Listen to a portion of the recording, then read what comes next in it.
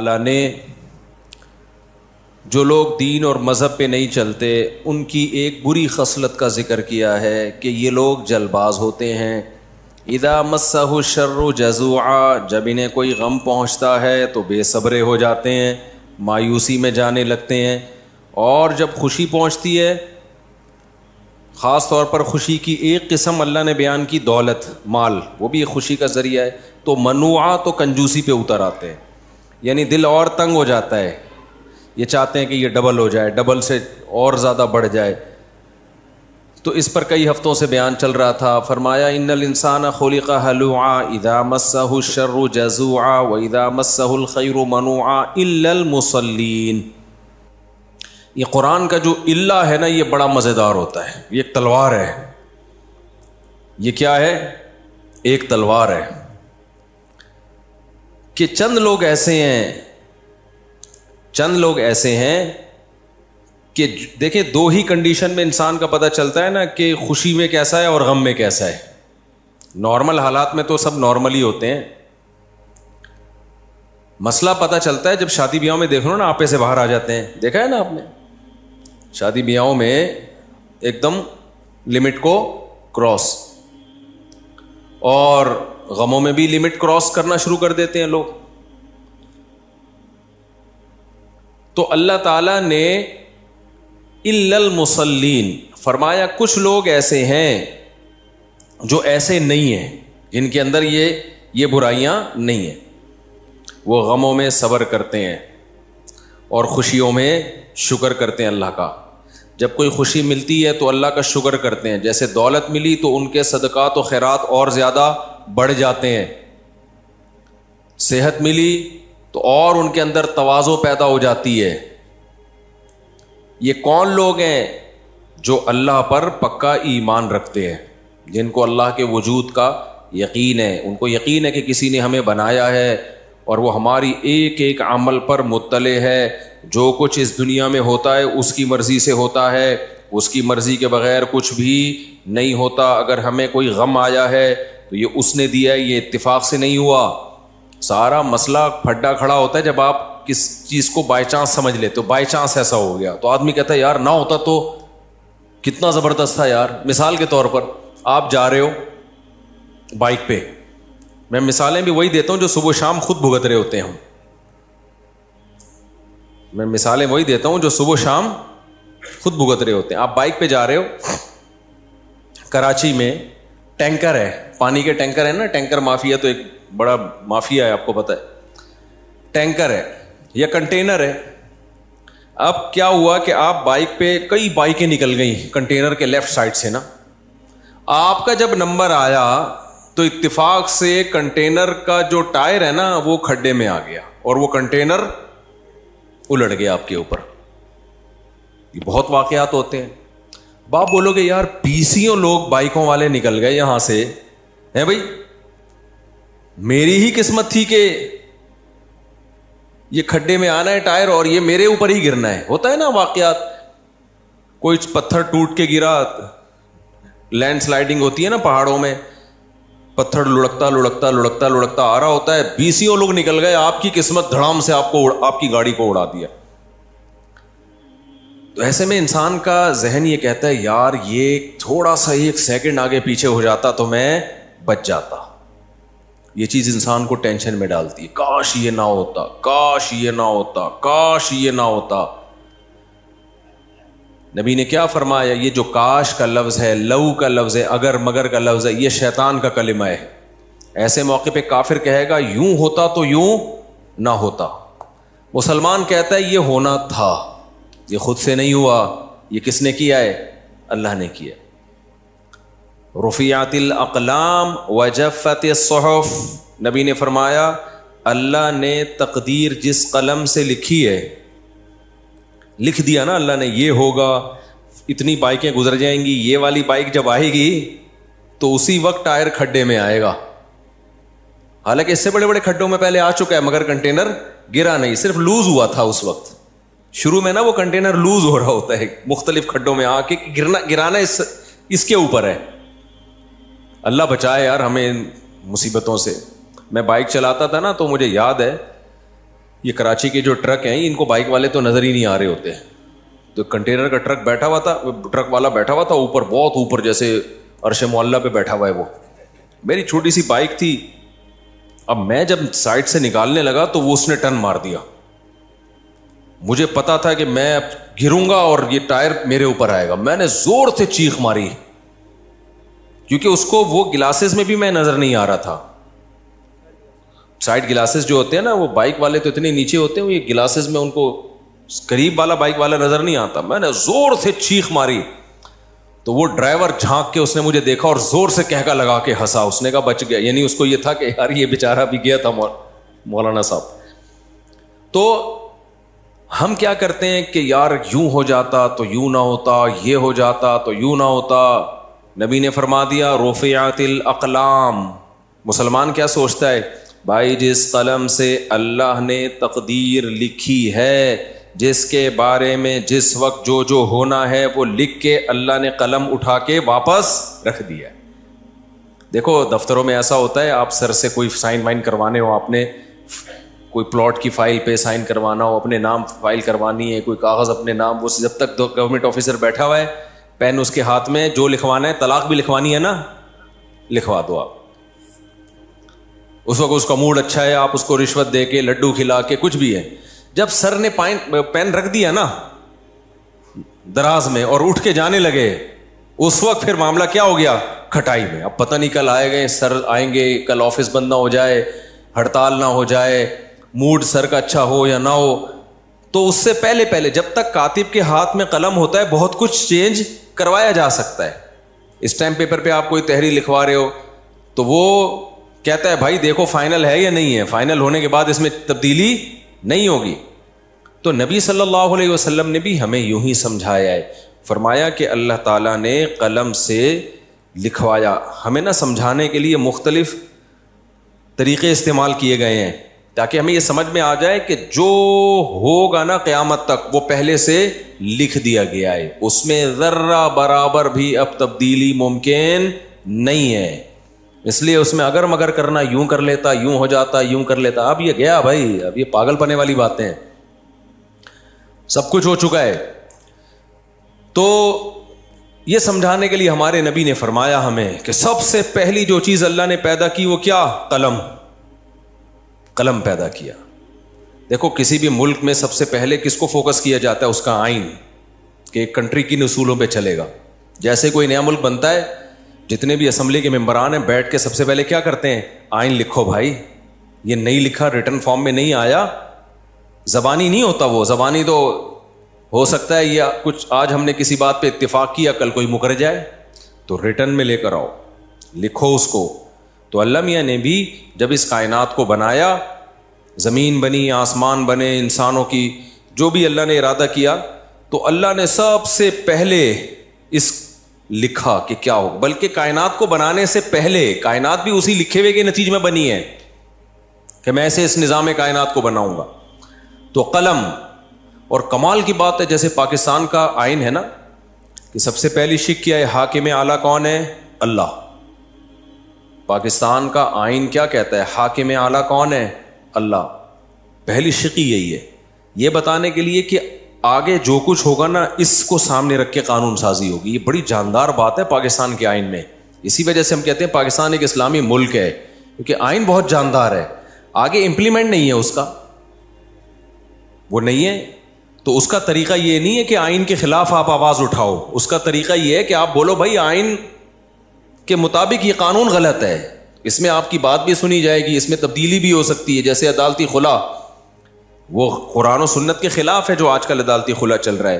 تو اس میں آپ یہ نہیں کہ پاکستان غیر اسلامی ملک ہے, آپ بولے پاکستان اسلامی ملک ہے. تو جب اسلامی ملک ہے تو اس میں عدالتی خلا غلط کیوں بنا ہوا ہے؟ لوگ بے وقوفی پتہ ہے کیا کر رہے ہیں, مذہبی اسکالر ٹی وی میں آ کے کہہ رہے ہیں یہ طاغوتی نظام یہاں پہ نافذ ہے, یہاں پہ غیر اسلامی نظام نافذ ہے. بھائی صاحب اس سے تو آپ فیور کر رہے ہو ان قوتوں کو جو چاہتی ہیں کہ اسلام نہ آئے. آپ نے تو کہہ دیا کہ غیر اسلامی ہے, وہ کہیں گے ہم تو کہہ رہے ہیں غیر اسلامی ہے, تو پھر تم مولوی لوگ جو ٹوپیاں پہنی ہوئے یہاں سے کیا کرو, نکلو. یہ بالکل ایسا ہی ہے جیسے قائد اعظم کو لوگ سیکولر ثابت کرنے کی کوشش کرتے ہیں, وہ تو سیکولر تھے. تو اس سے مقصد کیا ہوتا ہے, یہ بتانا کہ بانی پاکستان سیکولر تھے, لہذا یہ اسٹیٹ بھی کیا ہے, سیکولر ہے. اسی وجہ سے علماء کہتے ہیں نہیں بھائی وہ سیکولر نہیں تھے, ان کا نظریہ تھا دو قومی نظریہ اور پھر اسلام کے نام پہ ملک. یہ تو انہوں نے آواز اٹھائی تھی, اگر وہ سیکولر ہوتے تو اسلام کے نام پہ کنٹری کیوں بناتے؟ وہ جو بین الاقوامی عدالت میں مقدمہ چلا ہے وہ مقدمہ یہ چلا ہے مسلمانوں کو ایک الگ کنٹری چاہیے جہاں وہ اسلامی تعلیمات کے مطابق فیصلہ کریں. تو کوئی سیکولر آدمی اس طرح کا مطالبہ کر سکتا ہے؟ اس مطالبے سے پتہ چلتا ہے. تو کچھ نعرے بڑے زہریلے ہوتے ہیں, دیکھنے میں کیا لگ رہے ہوتے ہیں؟ بڑے اٹریکٹیو. تو جو لوگ یہ کہتے ہیں نا پاکستان سیکولر اسٹیٹ ہے, وہ پسے پردہ بیڑا غرق کر رہے ہیں مذہب کا. کہنے میں تو وہ بڑے اچھے لگتے ہیں, یار دیکھو یہ سیکولر, یہ اس کا مطلب یہ سیکولر مان لیں پھر ہم اسلام کے لیے اس میں کوشش کریں گے. نہ نہ نہ, آپ نے سیکولر مان لیا تو اب اسلام کے لیے اس میں کوشش نہیں ہو سکتی. جیسے ہندوستان ایک سیکولر اسٹیٹ ہے نا, تو اگر مسلمان مان لیں کہ انڈیا سیکولر اسٹیٹ ہے تو پھر اسلامی نظام کی بات کر سکیں گے وہاں پہ؟ نہیں کر سکیں, کوئی بھی نہیں سنے گا. تو اس لیے خوب اپنا کانسیپٹ کو کلیئر کرو. جب بھی کوئی کہتا ہے پاکستان ایک غیر اسلامی ملک ہے, یہ غلط. اس میں کچھ مخلص لوگ بھی ہیں لیکن ان کو پتہ نہیں کہ ہمارے اس ورڈنگ کا نتیجہ کیا نکلے گا, وہ بے وقوفی والی بات کر رہے ہوتے ہیں. تو یہ اپنا کانسیپٹ کلیئر رکھیں, پاکستان اسلامی ہے, اسلامی تھا اور اسلامی رہے گا. کسی کا باپ بھی اس کو سیکولر اسٹیٹ انشاءاللہ نہیں بنا, ہم بننے بھی نہیں دیں گے. تو آئین ہمارا 100% اسلامی ہے. ہاں یہ بات ضرور ہے کہ گورنمنٹ کو جب گڑبڑ کرنی ہوتی ہے, غیر اسلامی لا پاس کرنا ہوتا ہے, تو لیبل کس کا لگا دیا جاتا ہے؟ اسلام کا. لیبل اسلام کا لگا دیا جاتا ہے. تو اس پہ اسمبلی میں آواز اٹھائی جا سکتی ہے, اس پہ وفاقی شرعی عدالت میں آواز اٹھائی جا سکتی ہے.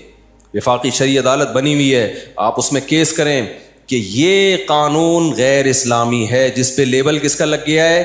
اسلام کا. تو لا قانون آپ کا ساتھ دے گا اس میں, سمجھتے ہو؟ آپ قرآن و سنت سے ثابت کر دو دلائل کی دنیا میں.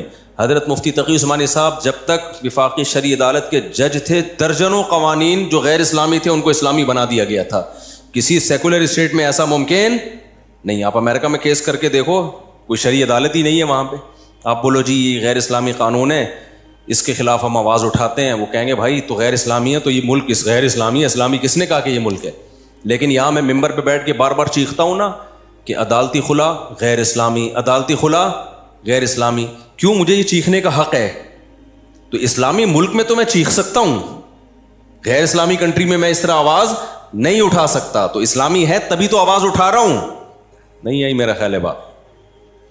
دیکھو ایک مسلمان نماز نہیں پڑھتا, آپ اس کو بولتے ہو ابے تو کلمہ گو ہے, نماز کیوں نہیں پڑھتا؟ چیخ رہے ہو, چلا رہے ہو, اس کا مطلب آپ اس کو مسلمان مان رہے ہو. ہاں مسلمانوں والی ایک کام نہیں کر رہا یہ, تو مسلمان مان رہے ہو. اب وہ نماز نہیں پڑھ رہا اور آپ کہہ رہے ہو نماز پڑھو نماز پڑھو. کسی نے کہا یہ کافر کا بچہ ہے یہ, کیونکہ نماز نہیں پڑھتا, یہ کام اس کے سارے کافروں والے. دیکھو کافر بھی نماز نہیں پڑھتے, یہ بھی نماز نہیں پڑھتا, تو یہ مسلمان کہاں سے ہو گیا؟ تو ہم اس سے اس کو فیور دے رہے ہیں. اس کا مطلب اب ہم اس کو نماز کا کہہ ہی نہیں سکتے. اسی طرح پاکستان میں بہت سارے کام غیر اسلامی ہیں لیکن کنٹری کیا ہے؟ اسلامی ہے. تو ان غیر اسلامی کاموں کے خلاف آواز اٹھائی جائے گی, اور آواز اسی بیس پہ اٹھائی جائے گی کہ ہم اس ملک کو اسلامی مان رہے ہیں. اگر مانیں گے ہی نہیں تو پھر آواز تھوڑی اٹھائی جائے گی. مسلمان کو نماز کا کہا جائے گا, کافر کو نماز کا نہیں کہا جاتا. تو ہوتا یہ ہے کہ جو اسمبلیوں میں بیٹھے ہوئے لوگ ہیں, جب اپنی مرضی کا کوئی الٹا قانون نافذ کرنا ہوتا ہے اس پہ کیا لگا دیا جاتا ہے؟ اسلام کا لیبل. تو یہ گڑبڑ ہو رہی ہے. تو اس کے لیے ضیاء الحق کے دور میں ایک بڑا خاندانی کام ہوا تھا, وفاقی شرعی عدالت بنی تھی کہ بھائی جو قانون آپ کو لگے نا غیر اسلامی, آپ اس میں کیس کرو. جب آپ کیس کرو گے, ثابت کر دو, تو وہ کالعدم ہو جائے گا.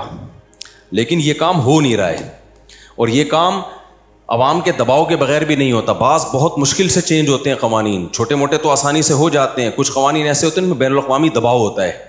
جیسے یہ عدالتی خلا کا جو مسئلہ ہے نا, یہ بین الاقوامی دباؤ ہے حکومت پہ کہ بھئی یہ عورتوں کو طلاق کا حق دینا ہے, بھلے تمہارا خاندانی نظام تباہ ہو جائے, برباد ہو جائے, ہمیں اس سے کوئی لینا دینا نہیں ہے, بس حق دے دو. جب چاہے جو عورت کو کوئی میاں 6 بچوں کے بعد بھی اگر اس کو غفار پسند آ رہا ہے تو وہ جائے. اب یہ باہر کا دباؤ ہے. اب یہ وفاقی شرعی عدالت میں آپ چینج کروا سکتے ہیں, لیکن اس کے لیے عوام میں کا دباؤ ضروری ہے. اسمبلیوں میں بیٹھے ہوئے لوگ دیکھیں بھائی عوام اس کو سیریس لے رہی ہے, روڈوں پہ نکلے لوگ. تو یہ کام ہے دینی سیاسی جماعتوں کا. سیکولر سیاسی جماعتیں کریں گی نہیں, ان کو اس سے غرض نہیں ہے. تو یہ کس کا کام ہے؟ دینی سیاسی جماعتیں. اور وہ اس پہ بالکل آواز بولو نہیں اٹھا, کیونکہ وہ بھی ایک سیاسی جماعتیں ہیں, ان کو عوام کا فیور چاہیے. عوام اگر یہ آواز اٹھائے گی تو وہ بھی اٹھا لیں گے, عوام آواز نہیں اٹھائے گی تو وہ بھی نہیں اٹھائیں گے. تو عوام اٹھا ہی نہیں رہی ہے. تو ہم جو ممبر پہ چیخ رہے ہیں نا عوام کو بیدار کرنے کے لیے کہ تم سوشل میڈیا پہ آواز اٹھاؤ, یہ عدالتی خلا جو آج کل چل رہا ہے ہم نہیں مانتے, یہ غیر اسلامی ہے, وکیلوں کو ڈراؤ. آج بھی ایک ایڈوکیٹ آئے تھے, ان کو میں نے ڈرایا, میں نے کہا یہ عدالتی خلا جو آپ لوگوں نے دھندے لگائے, میں کہہ رہے ہیں بھائی میں تو خلا کا کیس ہی نہیں لیتا, میں کیوں اپنے کھاتے میں زنا ڈالوں. کچھ لوگ ڈر گئے. الحمدللہ پشاور سے ایک ایڈوکیٹ آئے, انہوں نے کہا کہ میں نے 10 سال سے اس کے خلاف آواز اٹھا رہا ہوں. سمجھ رہے ہیں, 10 سال سے کہہ رہے میں بھی نہیں یہ کرتا, مجھے ڈر لگتا ہے اللہ کو میں نے کیا جواب دینا. بیوی کسی اور کی ہے, جج صاحب نے پکڑا دی غفار کو. وسیم کی بیوی تھی, جج نے اٹھا کے غفار کو. ایک جج آئے تھے بہت بڑے, میں پورا ان کو مینشن نہیں کروں گا کسی کی پرسنل باتوں کو, وہ مجھ سے بہت بحث کر رہے تھے اس پہ, عدالتی خلا عورت کو نہیں رہنا چاہتی. میں نے کہا بھائی صاحب آپ کیا بات کر رہے ہو, جج صاحب آپ اپنی بیوی کو طلاق دو, دوسروں کی بیویوں کو آپ طلاق مت دو. ایک دم نہ وہ ان کے کان کھڑے ہو گئے. یار یہ ان کو لگا, کلک کیا ان کو, یہ کیا لگا ان کو, جیسے ایک مولانا صاحب تھے جو میٹھا کھانے کے اکثر مولانا لوگ شوقین ہوتے ہیں, تو بیمار تھے نا, ایسے مرنے لگے نا, بالکل جان نکل رہی تھی ان کی. کوئی آ کے کہہ رہے ہیں ان کو پیناڈول کھلاؤ, کوئی کہہ رہے ہیں ان کو ٹیکا لگاؤ, کوئی کہہ رہے ہیں ان کو یہ کرو, کوئی کہہ رہا ہے یہ کرو. ایک نے کہا دودھ جلیبی کھلاؤ, ایک دم کلک کیا ان کو, ایک دم ان کی آنکھیں کیا ہو گئیں, کھل گئی, اٹھ کے بیٹھ گئے. بولے بھائی یہ کیا کہہ رہے ہیں. تو کچھ چیزیں انسان کو ایک دم کیا کرتی ہیں, دلائل سے بات سمجھ میں نہیں آ رہی ہوتی تو ایسا اسٹائل اختیار کرنا پڑتا ہے کہ وہ ایک دم کلک کر جائے, ٹھا کر کے لگے اس کی کھوپڑی میں جا کے. تو میں تو دلائل سے چیخ کے تھک گیا کہ بھائی عورت خود سے نہیں لے سکتی. ہاں مرد ظالم ہو ایک الگ بات ہے, اس میں گواہوں سے ثابت کرے کہ یہ بیسک حقوق ادا نہیں کر رہا, پھر فسخ نکاح ہوگا, تنسیخ نکاح ہوگا. ایسا نہیں ہے کہ وہ جب چاہے جو عورت چاہے. تو میں دلائل کے انبار لگا دیا, نہیں سمجھ میں آ رہا. وہ جج بھی آئے ہوئے تھے, ان کو بھی میں نے سمجھایا, نہیں آیا. میں نے کہا پھر ایک بات ہے جج صاحب, آپ اپنی بیوی کو ڈیورس دے سکتے ہو, دوسروں کی بیویوں پہ اللہ نے آپ کو کنٹرول نہیں دیا. تو ایک دم جیسے وہ جلیبی کلک کر گئی تھی نا ان کو بھی یہ جملہ کیا کر گیا, کلک کر گیا, ٹھک کر کے لگا. تھوڑی دیر تک غیرت آئی, پھر دوبارہ وہی بغیرتی والی باتیں شروع کر دی, ہلے تھوڑی دیر کے لیے, پھر کہنے لگے ایکچولی. بھائی ڈرامے بازی مت کرو. جب ایک غیر اسلامی ہے تو کیا ہے, غیر اسلامی. یہ ایکچولی باتیں امریکہ میں آپ کر سکتے ہو, اسمبلیوں میں. جب آپ نے لا آپ کا یہ کہ اسلام کے منافی قانون نہیں بنے گا, تو اس پہ بحث نہیں ہوگی عقل کیا کہتی ہے, بحث اس پہ ہوگی کہ اس بارے میں اسلام کیا کہتا ہے. پھر میں نے کہا اگر آپ کو اسلام سمجھ میں نہیں آتا نا, تو عقل بھی یہی کہتی ہے.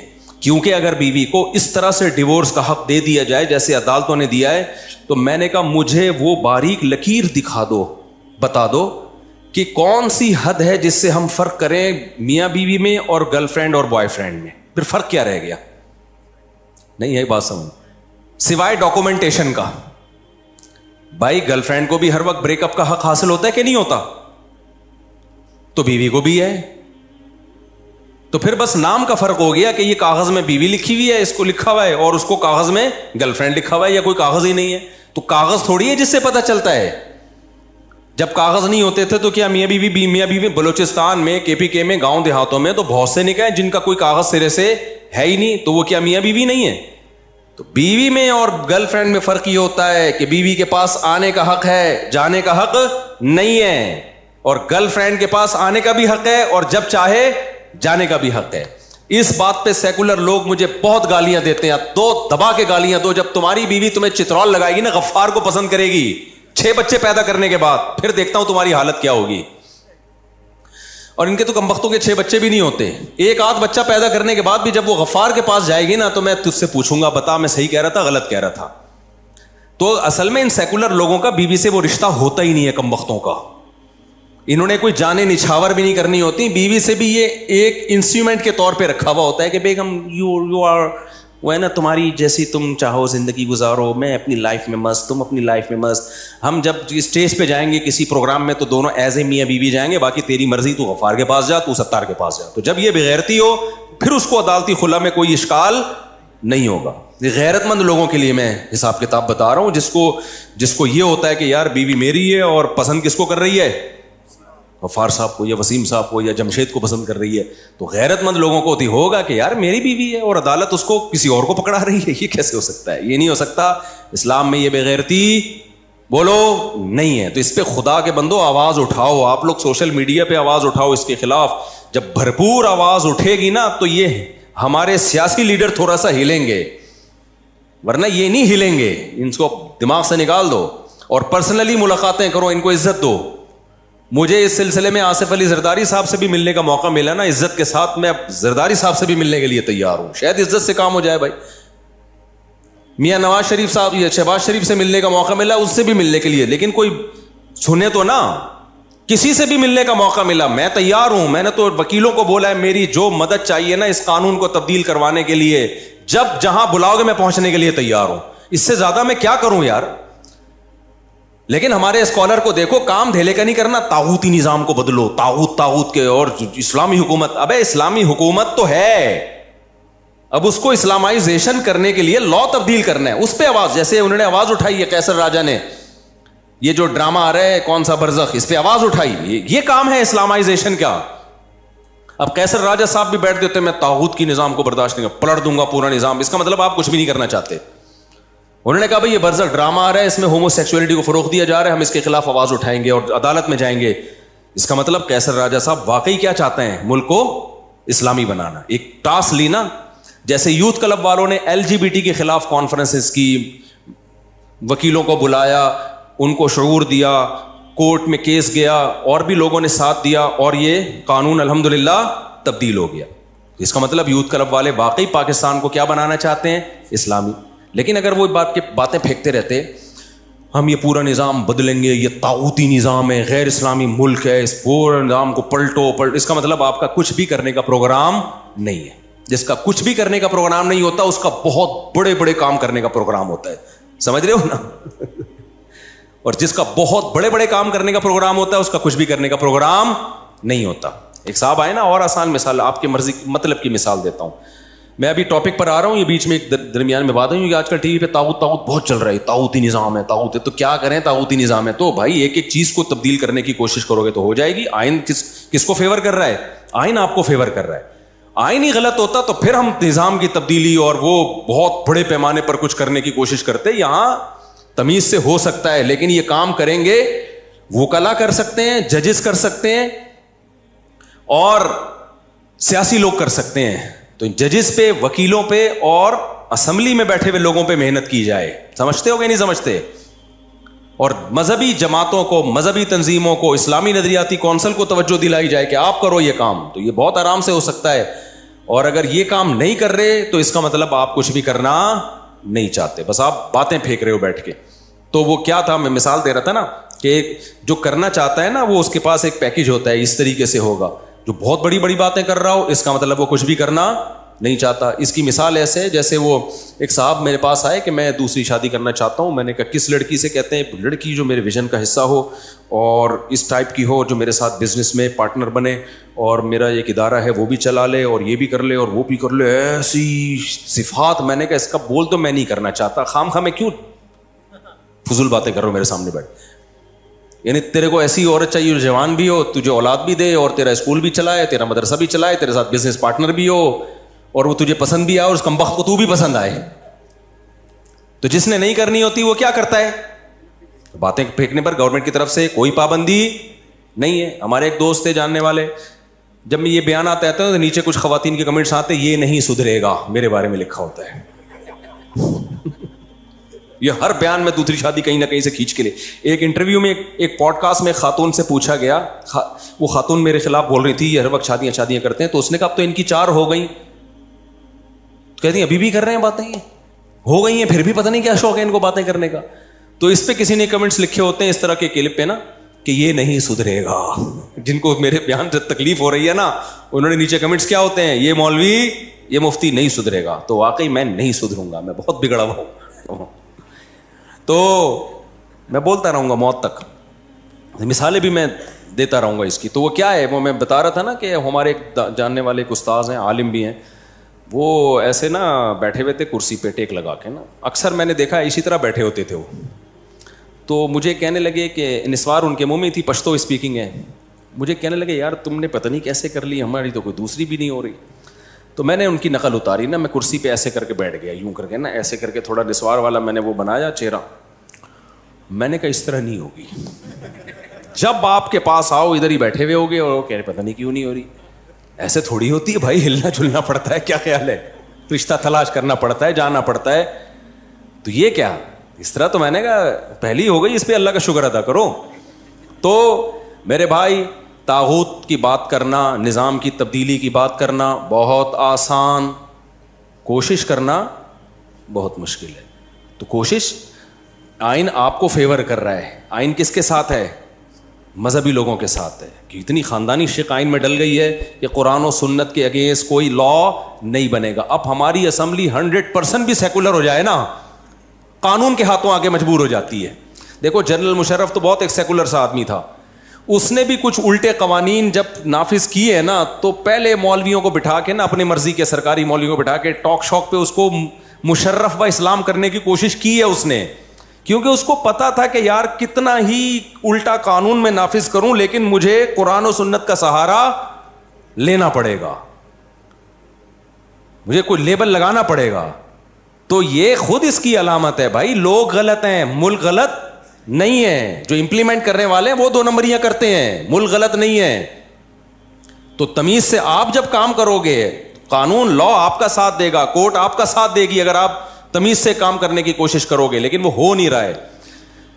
تو یوتھ کلب والوں نے کوشش کی نا LGBT کے بارے میں, الحمدللہ ان کی بھی تھی, ان کے علاوہ بھی لوگوں کی تھی, صرف ان کی نہیں تھی, ان کی ایک بہت بڑی ایفرٹ تھی, ایک پراپر وے میں انہوں نے کام کیا اور الحمدللہ ہو گیا وہ کہ بھائی یہ غیر اسلامی ہے.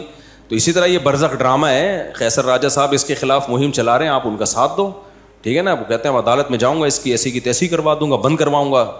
تو یہ ایک طریقہ ہے, کیونکہ لا کس کا, یہی اگر انڈیا میں چل رہا ہوتا, امریکہ میں چل رہا ہوتا, پھر آپ کچھ بھی نہیں کر سکتے. اب دیکھو کینیڈا میں, امریکہ میں, UK میں اسکولوں میں بچوں کو ہومو سیکشولیٹی سکھائی جا رہی ہے باقاعدہ, وہاں آپ کورٹ میں اس کے خلاف آواز نہیں اٹھا سکتے. پاکستان میں سکھائی جائے تو آپ کورٹ میں اس کے خلاف آواز اٹھا سکتے ہو, سمجھتے ہو, آواز اٹھا سکتے ہو آپ. تو یہ بہت بڑی چیز ہے یار پاکستان میں, اس کا ہم فائدہ نہیں اٹھا رہے ہیں, بس ہم اسٹیٹ کے خلاف باتیں کر رہے ہیں کہ غیر اسلامی غیر اسلامی. بھائی اس سے کچھ حاصل ہونے والا نہیں ہے. اور KPK کا جو لا ہے وہ اور زیادہ, اس کی تو بہت ساری جزیات اسلام کے اور زیادہ قریب ہیں, تو اس میں تو اور زیادہ آسانی سے ہو سکتا ہے. لیکن وہی بات ہے, ہم کوشش ہی نہیں کرتے, ہماری دینی سیاسی جماعتیں کوشش نہیں کرتی ہیں, اور جو اسلامی نظریاتی کونسل ہے ان سے بھی مجھے کچھ اشکالات ہیں, انہوں نے 20 دفعہ توجہ دلائی ہے, نہیں ہو رہا حساب کتاب. تو جب اللہ نے کہا ہے, خدا نے آج تک اس قوم کی حالت نہیں بدلی جو قرآن کی آیت کا ترجمہ کیا نا علامہ اقبال نے, کہ نہ ہو جس کو خیال آپ اپنی حالت کے بدلنے کا. علامہ اقبال تھے, پتہ نہیں الطاف حسین حالی تھے, کن کا شعر ہے یہ, کہ جس قوم کو خود لوگ دیندار لوگ ہی اس پہ نہیں چاہتے ہیں تو پھر کہاں سے ہوگا, بس بیٹھ کے باتیں کرتے رہو. تو کہاں سے کہاں نکل لی ہم بھائی, کیا بات کر رہے تھے ہم, یہ بات کر رہے تھے کہ یہاں کہاں سے گیا میں, تو بیان کچھ اور لے کے چلا تھا نا. ابے ریٹن فارم, ہاں یہ ریٹن پہ بات آئی تھی, آپ نے صحیح پا. تو میں عرض کر رہا تھا کہ جب کوئی ملک بنتا ہے تو لکھا جاتا ہے آئین کو. تو اللہ میاں نے بھی جب کائنات بنانے کا ارادہ کیا, حدیث میں آتا ہے سب سے پہلے اللہ نے قلم کو پیدا کیا اور قلم سے کہا لکھ, اب لکھا جا رہا ہے. اللہ کو یہ لکھنے کی ضرورت نہیں تھی کہ حاکم اعلیٰ اللہ ہے, یہ لکھنے کی اللہ کو ضرورت بولو ہے نہیں, کیونکہ اللہ خود ہی بنا رہا ہے نا, تو خود ہی ہے سب کچھ. اللہ کو یہ لکھنے کی ضرورت تھی کہ میں جو قانون سازی آگے کروں گا وہ کس اصول کے تحت. جیسے پاکستان میں لکھ دیا گیا حاکم اعلیٰ اللہ ہے, اور یہ اس میں مولانا شبیر احمد عثمانی کی بڑی ایفرٹس ہیں, سمجھتے ہو. اور صبح شام علماء دیوبند کو گالیاں لوگ دینے والے بہت ہیں, لیکن اس میں علماء کی قائد اعظم سے ملاقاتیں تھیں اور ان کی محنت تھی, جس کے نتیجے میں سب سے پہلی شق کیا آئی ہے, حاکم اعلیٰ کون ہے, اللہ ہے. یہ بڑا خاندانی کام علماء نے کروا لیا تھا, بر صغیر کے علماء نے. تو اب اسی شق کے نیچے سارے اصول طے ہوں گے. تو اللہ میاں نے کیا کیا بھائی, اللہ نے کہا میرا تو کوئی اسمبلی نہیں ہے, میں خود ہی قانون بنا رہا ہوں کہ اس کو کیسے چلایا جائے گا. تو اللہ میاں نے اپنے آپ کو پابند کیا سب سے پہلے کہ میں جو قانون سازی کروں گا، جو میرے بندوں سے معاملات ہوں گے، مخلوق سے معاملات ہوں گے، وہ اس اصول کے تحت ہوں گے. وہ اصول اللہ نے کیا لکھا؟ سبقت رحمتی غضبی، میری رحمت میرے غصے پر غالب رہے گی. کیا مزہ آ گیا کہ نہیں آ گیا؟ اللہ نے یہ نہیں لکھا، اگر لکھ دیتے مجھے غصہ ہی نہیں آئے گا تو پھر سب کچھ ہمارے لیے حلال ہو جاتا. نہ قوم عاد تباہ ہوتی، نہ قوم سمود تباہ ہوتی، قوم لوط ابھی تک چل رہی ہوتی. اللہ بچائے، اس قانون کی ہمیں ضرورت ہی نہیں ہوتی کینسل کرانے کی. کیا خیال ہے؟ تو پھر تو سارے جرائم ہوتے، کوئی سزا ہی نہیں ہوتی. تو اللہ نے یہ نہیں کہا. پھر اللہ یہ بھی کہہ سکتے تھے کہ میرا غصہ میری رحمت پہ غالب ہوگا. رحمت بھی ہوگی، غصہ بھی ہوگا، لیکن غصہ زیادہ ہوگا، رحمت کم، تو بھی ہمارا پروگرام برباد ہو چکا ہوتا. کیونکہ کوئی نہ کوئی غلطی تو ہر ایک سے ہوتی ہے. تو اللہ کو اس پہ غصہ آتا، اللہ کو سزا تھوڑی سی بھی دے دیتا نا اللہ تعالیٰ، تو وہ تھوڑی سی بھی ہمارے لیے عبرت کے لیے کافی ہو جاتی. تو اللہ نے کہا کہ نہ میری رحمت ہمیشہ میرے غصے سے کہاں رہے گی؟ آگے آگے. غصہ اصل نہیں ہے، اصل اللہ کی رحمت ہے.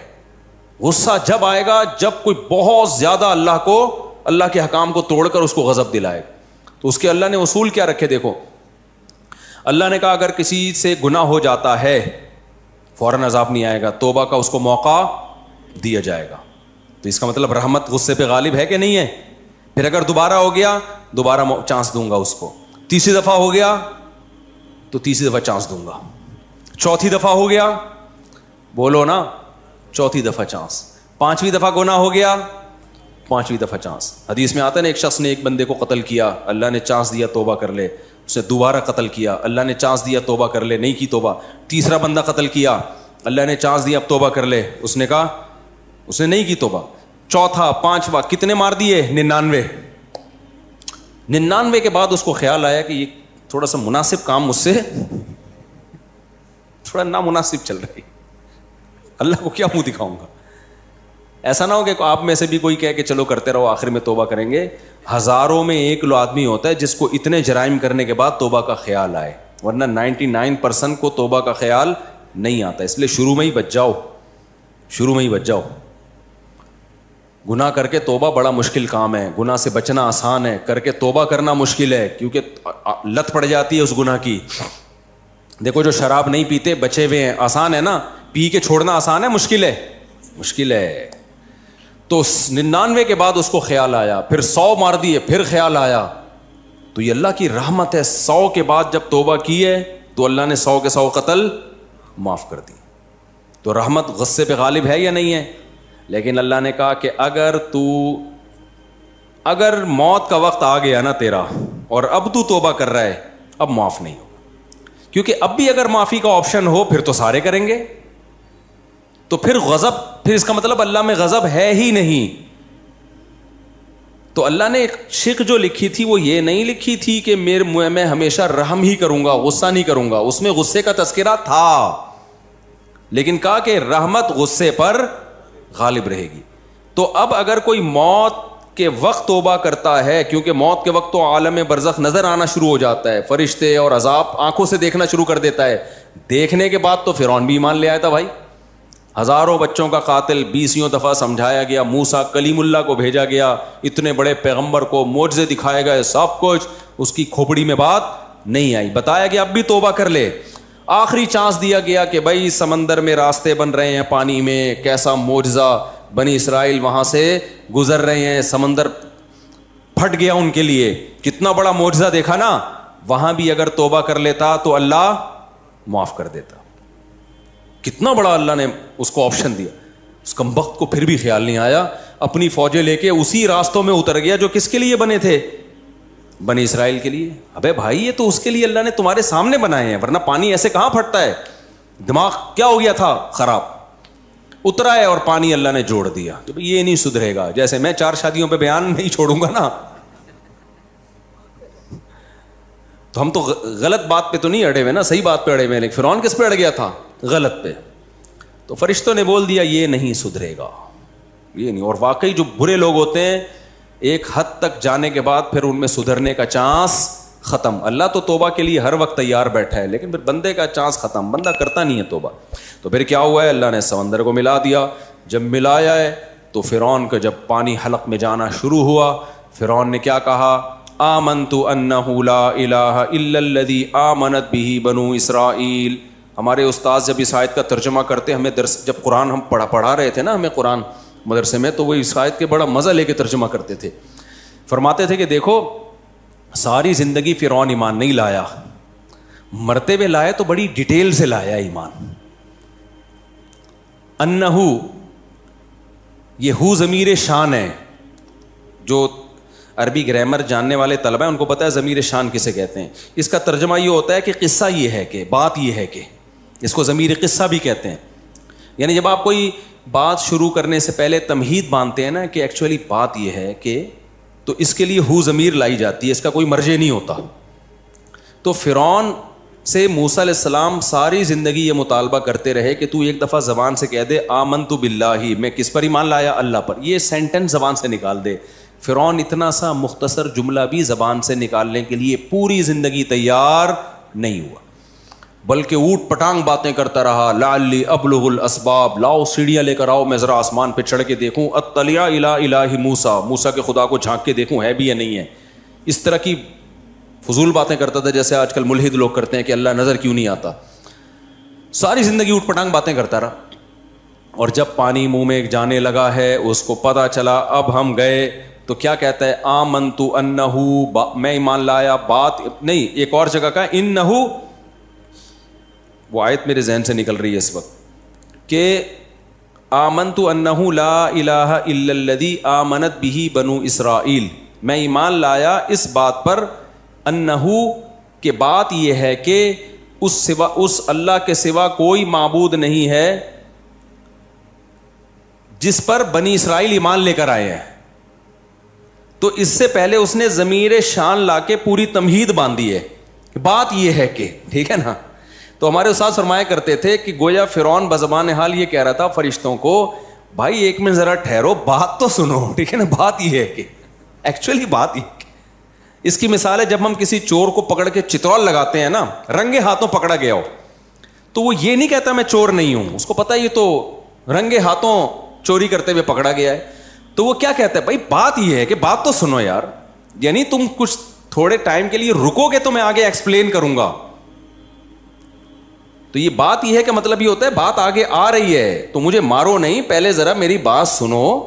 پھر وہ آگے کوئی بھی کہانی بنا رہا ہوتا ہے کہ ٹھیک ہے میں نے یہ چیز اٹھائی ہے لیکن ایکچولی ہوا یہ تھا, یہ کچھ بھی کس سے سنائے گا نا آگے. لیکن وہ جو بات شروع کرتا ہے وہ کس سے کرتا ہے, بھئی بات یہ ہے کہ بات تو سنو. بات تو جیسے گھر میں جھگڑا ہو رہا ہوتا ہے نا, آپ کہتے ہیں بات تو سنو, ریلیکس. Are you relaxing. وہ ایک آدمی سمندر کے کنارے لیٹا ہوا تھا, تو ایسے کرتا پہن کے نا بڑے مزے سے, تو ایک شخص گیا, آر یو ریلیکسنگ. اس نے کہا نو. اس کو بڑا اشکال ہوا کہ ریلیکس تو کر رہا ہے, پتہ نہیں کیوں منع کر رہا ہے کہ آئی ایم ناٹ ریلیکسنگ. دوسرا گیا, آر یو ریلیکسنگ. کہتے ہیں نو آئی ایم ناٹ ریلیکسنگ. تو پھر تو کیا کر رہے ہیں یہاں اتنے مزے سے لیٹا ہوا ہے, ہم تو یہ سمجھ رہے کہ ریلیکس ہو رہا ہے تو. تیسرا آیا, are you relaxing. No I am not relaxing. چوتھے نے بولا, بھائی اتنے لوگ آ کے تجھ سے پوچھ رہے ہیں آر یو ریلیکسنگ, تو بول دے. کہتے ہیں میں I am Sanjeet Singh, I am not relaxing. نہیں یہ بات میرا خیال ہے سمجھ. کہتے ہیں آئی ایم سنجیت سنگھ بھائی, آئی ایم ناٹ ریلیکسنگ. تو یہ خیر بیچ میں ویسے ہی ایک رائتا اور چٹنی کے طور پہ آپ نے دیکھا ہوگا جب کھانا چل رہا ہوتا ہے تو بیچ میں چٹنی کے طور پہ, اس کا بیان سے کوئی تعلق نہیں ہے. تو فرعون نے کیا کہا, بھائی تھوڑا ریلیکس. کیا کرو بھائی, ریلیکس. ریلیکس ابھی کیوں ڈبو کے مجھے مار رہے ہو یار, تھوڑا کیا کرو ریلیکس. بات یہ ہے کہ اس کا مقصد کیا تھا, تھوڑا فرشتوں کو کیا کرنا چاہ رہا تھا, ریلیکس. تو بات یہ ہے کہ پوری ڈیٹیل کے ساتھ, تو بھائی اب بھی اگر اللہ معاف کر دیتا نا تو اس کا مطلب پھر یہ ہوا کہ اللہ میں غضب ہے ہی نہیں. اللہ کی صفت انتقام کی آپ نفی کر رہے ہو, کیونکہ ایسے موقع پہ تو سب ہی توبہ کر لیتے ہیں. جب قبر کا عذاب اپنی آنکھوں سے دیکھیں گے, برزخ کی وحشت اپنی آنکھوں سے دیکھیں گے, تو بھائی پھر تو سب ایمان لے آئیں گے. تو اس لیے اللہ نے ایک اصول اور ضابطہ بنا دیا, موت سے پہلے واپسی کا آپشن ہے. کچھ بھی کر لو اللہ اپنے در سے مایوس نہیں کرے گا, کچھ بھی کر لو.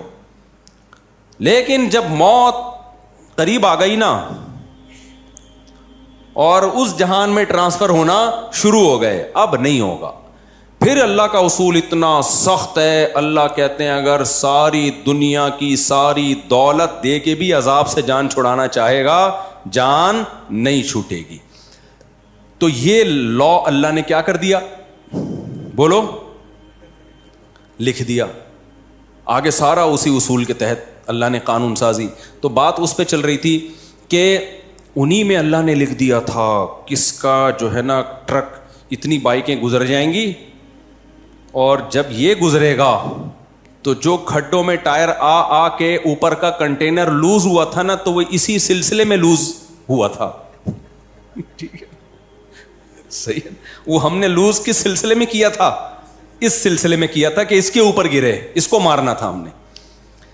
تو اب جب اللہ بچائے ہم سب کو ایسے حادثوں سے, تو پھر ہم کہہ رہے ہوتے ہائے یوں ہوتا تو یوں ہوتا. بھائی جو مقدر میں تھا ہو گیا. ہاں, اسلام یہ نہیں کہتا کہ آپ کھڈوں کے خلاف آواز نہ اٹھائیں کہ یہ کھڈا تو مقدر میں لکھا ہوا تھا اور اس کنٹینر نے تو گرنا تھا. ہم تو چونکہ اسباب کے مکلف ہیں, اس لیے ہم نے اسباب کامیابی کے اختیار کرنے ہیں. کامیابی نہ ہو تو ہم نے کیا کرنا ہے, صبر کرنا ہے. سمجھتے ہو کہ نہیں سمجھتے ہو؟ اسباب تو کامیابی کے اختیار. تو حکومت کے خلاف تو احتجاج ہوگا. میں بار بار نا لوگ میرے بیانات کو چلا رہے ہیں وہ کہ میں نے کہا ہے نا کہ حکومت کے خلاف بغاوت جائز نہیں, تو لوگ کہہ رہے ہیں دیکھو بنگلہ دیشیوں نے بغاوت کی تو کامیاب ہو گئے. ہم مسلح بغاوت کے قائل نہیں ہیں, بنگلہ دیشیوں والی بغاوت کے ہم خلاف نہیں ہیں. وہ والی تو کرو, اس سے تمہیں کس نے منع کیا ہے؟ ٹھیک ہے نا. نہیں آئی میرا خیال ہے بات. میرے بیان پہ بہت سارے لوگ یہ کمنٹس کر رہے ہیں کہ مفتی صاحب کہتے ہیں اسٹیٹ کے خلاف بغاوت مت کرو. تو دیکھو مفتی صاحب اسٹیٹ کے پٹھو بن گئے, اور مفتی صاحب نے کہا جو بغاوت کامیاب نہیں ہوتی اس میں خون خرابہ ہوتا ہے. تو دیکھو حسینہ واجد کے خلاف بغاوت ہوئی نا بنگلہ دیش میں, کامیاب ہوئی کہ نہیں ہوئی؟ اور بنگلہ دیش کا اس کو فائدہ کتنا ہوا؟ کتنے جماعت اسلامی کے پرانے بوڑھے جو جیلوں میں پڑے ہوئے تھے چھوڑ دیے گئے, ان کی جان بخشی ہو گئی. اور ایک ایسی حکومت آ گئی جو انڈیا کے کنٹرول میں نہیں ہے. پہلے تو پورا انڈیا ہی چلا رہا تھا اس کو, تو ایک آزاد حکومت آ گئی وغیرہ وغیرہ. دیو مفتی صاحب کی بات غلط ثابت ہو گئی. مفتی صاحب کی بات آپ نے سمجھی نہیں ہے تو غلط کہاں سے ثابت ہو گئی؟ مفتی صاحب جو میں کہہ رہا ہوں کہ بغاوت مت کرو, اس سے ٹھاٹھا والی بغاوت ہے, مسلح دھماکے, اس سے قتل و غارت ہے, لوگوں کی لاشیں بکھریں گی, لوگوں کا نقصان ہوگا. اور پھر گورنمنٹ بھی کرے گی سب کچھ, اسٹیبلشمنٹ کرے گی تمہارے خلاف. قتل و غارت کا بازار کم ہونے کے بجائے گرم ہو جائے گا. پھر اس کا فائدہ کون اٹھائے گا؟ اسلام دشمن قوتیں ہیں. تو یہ آپ کے ہاتھ, باغیوں کے ہاتھ میں نہیں آ جائے گا یہ ملک, یہ چلے جائے گا اسلام دشمن قوتوں کے ہاتھ میں. باقی جو بنگلہ دیش والوں نے احتجاج کیا ہے وہ بندوقوں بموں والا احتجاج نہیں ہے. اس احتجاج کے تو ہم قائل ہیں. کراچی کی عوام وہ والا احتجاج نہیں کر رہی, تبھی تو پٹ رہی ہے. سمجھ میں آ رہی ہے بات کہ نہیں آ رہی؟ تو تمہارے گٹر کے ڈھکن کبھی بھی نہیں لگیں گے. تم ڈھکن لے زندگی میں ہی کراچی والوں زندگی گزارو. تم یہ احتجاج کو تو ہم قائل ہیں بھائی, یہ والا تو کرنا چاہیے. ہاں, ہم مسلح احتجاج کے قائل نہیں ہیں. دھماکے شماکے مت کرو, بموں کی باتیں مت کرو, طاغوت کے خلاف اٹھو, لیکن یہ والا اٹھنا نہیں کہ اسلحہ لے کے اٹھ کے. یہ تو بڑا مسئلہ ہوگا. اور یہ جو تمہیں ترغیبیں دے رہے ہیں نا, یہ مارکیٹ سے ہو جائیں گے شارٹ اور تمہیں پھنسوا دیں گے. ماضی میں دیکھ لو جنہوں نے بھی یہ کچھ کیا, جو تحریکیں چلانے والے لوگ تھے وہ محفوظ ہیں, اور نیچے کی سارے پبلک کو انہوں نے مصیبت اور عذاب میں ڈال دیا. تو یہ بڑے مسئلے ہوتے ہیں اس کے. تو مسلح بغاوت کے ہم قائل نہیں ہیں. باقی احتجاج تو آپ کا حق ہے بھائی, اسے تو یہ تو نہیں ہو رہا, تبھی تو نقصان ہو رہا ہے. ابھی حافظ نعیم صاحب نے بھی کیا تھا نا, دھرنے ورنے ہو گیا نا, اس کے کچھ مکے ہو گئے نا, تو اس کے تو ہم قائل ہیں بھائی. بیٹھو آپ جا کے کہیں بھی. تو عوام تو یہ بھی نہیں بیٹھ رہی. اب بلوں کے خلاف پرامن احتجاج کیا حافظ نعیم صاحب نے, اس کا فائدہ ہوا ہے. تو اس احتجاج کے ہم خلاف نہیں ہیں, اس کے تو بھرپور ہونا چاہیے اس ٹائپ کے احتجاجات. تو خیر, تو اب مسلمان کیا کرتا ہے میرے بھائی؟ مسلمان دیکھتا ہے کہ جب کوئی حادثہ ہو گیا تو وہ اگر مگر نہیں, وہ کہتا ہے یہ اتفاقی نہیں ہے. جب اللہ نے لوح محفوظ میں لکھا تھا تو اس میں ایک ایک پتا کا ہلنا بھی لکھا ہوا ہے. اس میں ایک درخت کا پتا ٹوٹ کے جو گرتا ہے نا, وہ بھی اس تقدیر کے بغیر نہیں ہوتا. تو جب ہے تو پھر مسلمان کیا کرتا ہے؟ یہ اتفاقی نہیں ہے. یہ کس نے دیا ہے؟ یہ غم بھی کس نے دیا؟ اللہ نے. یہ خوشی بھی کس نے دی؟